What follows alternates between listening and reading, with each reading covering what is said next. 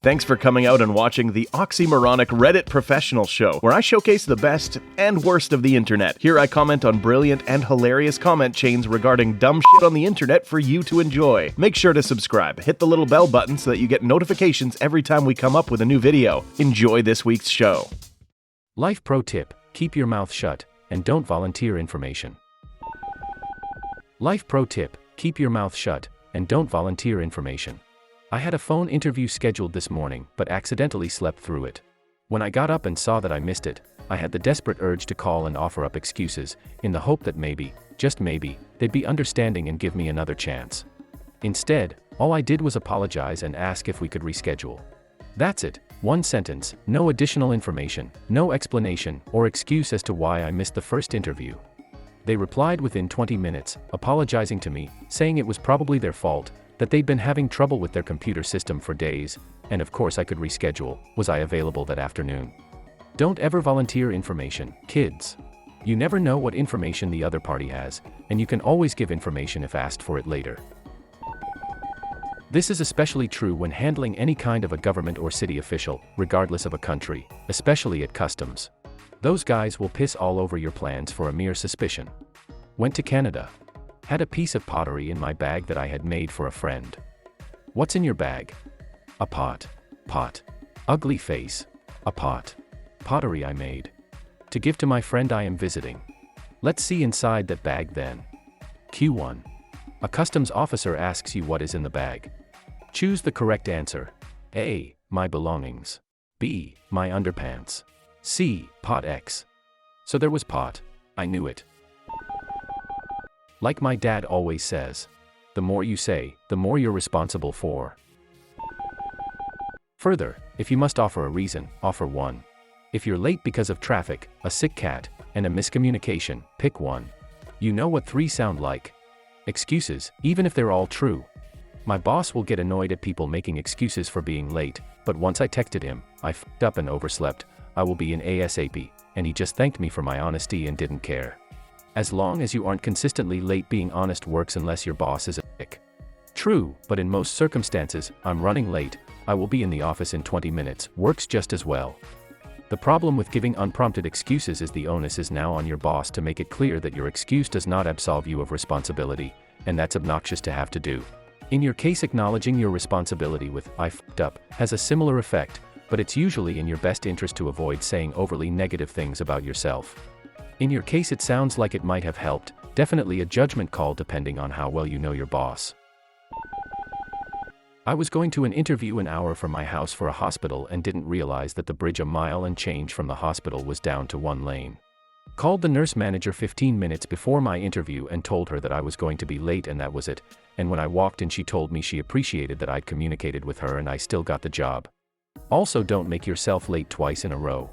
If you're 15 minutes away, don't say you'll be there in 10 minutes to make them feel better, say you'll be there in 20 minutes to give you some breathing room to find parking or run to the bathroom. I was getting motorcycle insurance. They asked me if I wanted to go ahead and list any traffic violations I'd had in the past 5 years while we waited for the system to update. Of course I said sure. I listed a speeding ticket and an accident I'd had a few years prior.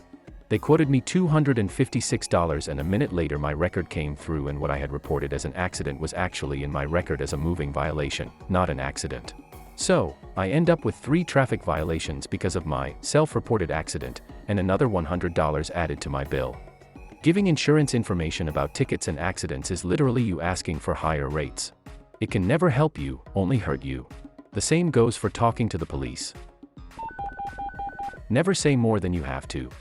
Don't lie, but don't offer up extra details. This is my weakness. I feel I need to explain everything from the beginning of time. And the more you do it, the more people think you're full of shit. I honestly hate people for this. I like to think of it like a fart. It happens, say excuse me and move on. If you go on talking about having eaten beans and broccoli, you're drawing more attention to it, wasting time, and it sounds like you're making excuses for and it's not doing anyone any favors. Just close your holes and don't let it happen again. Goes triple for any interface with law enforcement. Last time I was pulled over. Cop, do you know how fast you were going? Me, yes. Cop, do you know what the speed limit is? Me, yes. Cop, where are you going? Me, work. C, where do you work? Me, insert city. C, at what company? Me, insert obscure company initials. C, what do you do there? Me, insert very specific job title. C, good day, sir. In Ireland, that would nearly guarantee you a problem. I'm not saying you should volunteer anything silly, but if they don't know what you wore to your grandfather's funeral and your cat's name in the first 3 minutes, you must obviously be hiding something. There's 2 rules to success. Rule number 1, never tell anyone everything you know. I'm gonna use this the next time I'm being interrogated by Batman and he asks me to tell him everything I know. Batman, drops you off building feet first. Batman, tell me what you know. Me, Pluto isn't a planet anymore, due to its size, eccentric elliptical revolution, and that it's too far away. Those 3 factors prevent Pluto from clearing its region of other spatial debris, which prompted the Calc to downgrade Pluto from a planet to a dwarf planet. Pluto is Spanish for bitch. Don't ever, for any reason, do anything to anyone, for any reason, ever, no matter what, no matter where, or who you are with, or where you are going, or where you've been, ever, for any reason whatsoever. I'm a pretty much compulsive over-explainer. I think it's an ADHD thing. The woman who manages most of my projects at work is always telling me not to give too much info when I email someone asking for clarification.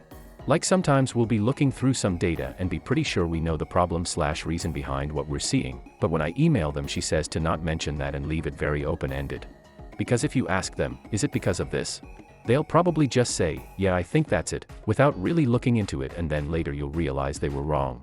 But if you say, why is this, it puts a little pressure and responsibility on them to actually check and be sure. Unfortunately, I do this as well, and for me, I think it's kind of because I don't want them to think I'm lying or holding back extra needed information purposely. Like I want to make sure I tell the other person everything that I see and know about a certain situation so they don't have any additional questions later, but ultimately, it's better to say less than to say more in many situations from what I've experienced. I can't seem to break the habit though.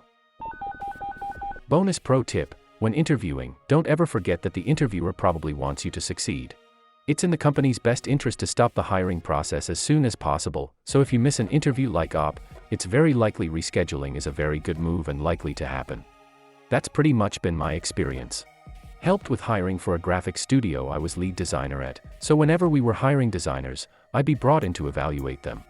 Basically, we'd post a job and by the next day have 120+ resumes and shut the posting down. Right off the bat, 3/4 of them would be junk, like we posted for someone with 2 years of experience with Photoshop, and we'd end up with a bunch of resumes that didn't have any Photoshop experience. So 90 right out. The other 30 or so we'd actually look at to see if they met all of the qualifications as well, like Illustrator, or even just any actual job history. Usually of those 30 we'd end up with 10 or 15. Of the remaining 10 to 15 we'd call to set up an interview time. Basically every call would go to voicemail, you leave a voicemail, and about half would call back to set up an interview. So basically every time we'd post a job, we'd get 120+ resumes overnight, but only be able to set up around 3 to 5 interviews. And even then 1/3 of people were no-shows to the interview with no call or message, and another 1/3 we'd find out were grossly unqualified when they brought in a portfolio. So usually we'd end up with 1, sometimes 2, candidates. Total shit show. My father gave me the greatest advice ever when I was enlisting in the military. Don't be first, don't be last, and don't volunteer. It served me well for decades. I was given the same advice, but when they were handing out tasks in basic, all the good ones were going right away. I decided to get in on the action. They asked for another volunteer and I shot my hand up. Great, you're latrine queen. F**k. Back when I was 17 I was working at a golf course that was going under. Some old dude walked up to me and asked how business was. Weekends were always still busy, but really no one came on weekdays until twilight hours. Which was fine, I just played my GBA at my stand waiting for people to show up. I said, "Slow. You're one of the first people to show up today." Turns out he was the owner of the course. I no longer worked weekdays after that. We have one motto at my company and it is incredibly effective: do not blame, complain, or explain as in making excuses. I admit it is very difficult some days to apply it, but the effort itself really pays off. When someone begins to whine about a customer or vendor or traffic, we can gently interrupt, remind the person what the motto means. I've been in your shoes a few times and have also owned up succinctly, without excuses, and it has always worked out better than when I launched into my regret/apology/story. Good luck with the next round. The greatest lesson I learned was to immediately fess up when you're wrong. You completely change the dynamic of the conversation. People who want to roast you for being wrong will be taken aback and will probably find your honesty refreshing. Example: Ted, you know you've been late every day this week and it has been noticed. This doesn't reflect well on you or the company. Ted, it's my fault. I've overslept a few days this week because I was playing RD2 when I should have been sleeping. I'm sorry, it won't happen again. You give them nothing to roast. You were mature enough to take your lumps and move on. Did this with a professor. We were supposed to have our papers completed and ready to hand in. I finished it but just forgot to print it out and bring it in, because I'm adult and used to e-submitting shit. He asked me what my excuse was. I looked him in the eye and just said, I don't have one, I just forgot, it won't happen again. He was supposed to take off 5 points, but instead he just said, thank you for your honesty and for not coming up with 1,000 reasons why you had a good reason. If you get it printed out from the campus library and hand it in the next 30 minutes, I'll accept it with no points off. I thanked him profusely and did just that. If you enjoyed this week's effective way to waste time, hit that like button and subscribe for more content like this. If you are enjoying the series, leave me a comment below. A special shout out to the content creators. You frickin' rock.